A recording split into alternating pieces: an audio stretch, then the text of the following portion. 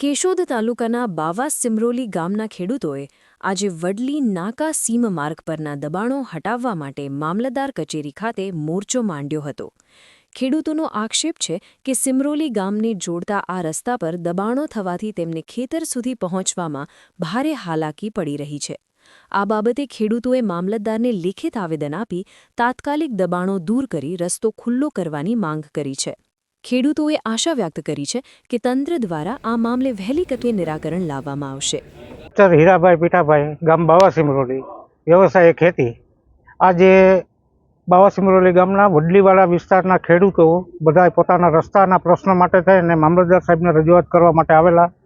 સાહેબે સારો રિસ્પોન્સ આપ્યો, અમને ગાઈડન્સ આપ્યા છે કે ભાઈ આવી સત્તાઓ ટીડીઓ સાહેબ અને પંચાયત પાસે છે અને અમારે જે શિયાળુ પાક છે એ પાક તૈયાર થવાની તૈયારીમાં છે અને મોટા વાહનો જેવા કે ટ્રેક્ટર, હાર્વેસ્ટર જઈ શકે એમ છે નહીં. એટલે વહેલી તકે આ રસ્તાનું નિરાકરણ આપે અને સરકાર અમને સહકાર આપે અને આ પીડામાંથી અમે મુક્ત થાય એવી અમે રજૂઆત કરવા આવ્યા છે.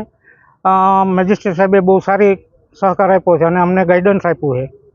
આ મુજબ અમે હાલવાના છે. જરૂર પડશે તો અમે આવશું પણ. હા. જૂનાગઢમાં સોના અને ચાંદીના દાગીનાની ખરીદી માટેનું વર્ષોથી વિશ્વસનીય સ્થળ એટલે જય ભવાની જ્વેલર્સ, જ્યાં સ્ટાન્ડર્ડ 22 કેરેટ હોલમાર્કવાળા સોના અને ચાંદીના દાગીનાનો છે વિશાળ એસી શોરૂમ. શોરૂમની એક જ મુલાકાત આપ અમારા કાયમી ગ્રાહક બની જશો. જય ભવાની જ્વેલર્સ, ચોકસી હીરાલાલ મકનજી, ચોકસી બજાર, જૂનાગઢ.